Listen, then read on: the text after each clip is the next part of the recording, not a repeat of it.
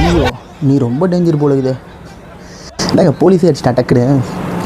Jokes apart, இந்த விஷயத்தில் வந்து போலீஸ் மேலே தப்பா இல்லை அந்த அடித்த அந்த இளைஞர் மேலே தப்பா அப்படின்னு சொல்லிட்டு நான் விவாதிக்கவே விரும்பலை. ஏன்னா இது வந்து விவாதிச்சா பெரிய டாப்பிக்காக போகும். பட் என்னன்னா அதில் ஒரு சின்ன விஷயம் தோணுது. இந்த காலத்தில் வந்து இந்த ஆங்கர் மேனேஜ்மெண்ட்னு ஒன்று இருக்குல்ல, அது நம்ம யார்கிட்டையுமே இல்லை. வெறும் ஆங்கர் மேனேஜ்மெண்ட்டும் இல்லை, அந்த ஒரு எக்ஸைட்மெண்ட் ஆகிறது எல்லா விஷயத்தையும் அந்த ஒரு நம்மளே கண்ட்ரோல் பண்ணிக்கிற அந்த ஒரு இது வந்து யார்கிட்டையுமே இல்லைன்னு தோணுது. ஏன்னா யோசிச்சு பாருங்களேன், அந்த ஒரு கோவத்தை கண்ட்ரோல் பண்ண முடிஞ்சிருந்தா ஒரு செகண்ட் அந்த இளைஞர் யோசிச்சிருக்கலாம். அந்த ஒரு செகண்ட் அந்த போலீஸும் யோசிச்சிருக்கலாம். அவர் அடிக்கிறதுக்கு முன்னாடி அவர் அடிங்க முடிஞ்ச அடிச்சுப்பார் அப்படின்னு சொல்லும்போது அந்த போலீஸ்கார் அடிக்கிறதும் அதுக்கு டக்குனு அந்த இளைஞர் அடிக்கிறதும் வந்து அந்த ஒரு செகண்ட் ஆங்கர் மேனேஜ்மெண்ட் வந்து நம்ம யார்கிட்டையுமே இல்லை. இன்றைக்கி நடக்கக்கூடிய முக்கால்வாசி வயலன்ஸுக்கான முக்கியமான ரீசன்ஸே இந்த ஆங்கர் மேனேஜ்மெண்ட்னு நம்மகிட்ட யார்கிட்டையுமே வந்து அந்தளவு இல்லாத. சமீப காலமாக அது வந்து குறைஞ்சிக்கிட்டே வருது.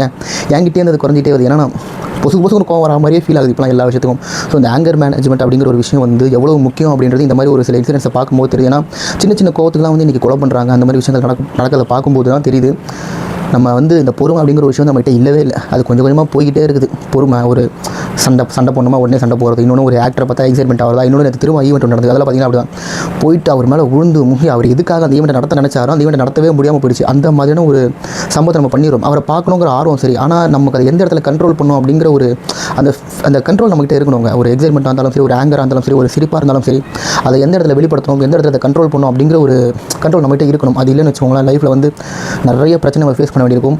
அப்படி ஒரு ஆங்கர் மேனேஜ்மெண்ட் இல்லாத ஒரு ரீசன் தான் வந்து நேற்று நடந்த இந்த இன்சிடென்ட். அந்த இளைஞர் இப்போ என்ன ஆயிருப்பாருனே சத்தியமாக தெரியல. ஏன்னா போலீஸ் கிட்ட மாட்டிக்கிட்டார். ஏன்னா போலீஸ் மேலே கை வச்சு அவ்வளோ ஈஸியாக விட்டுற மாட்டாங்க.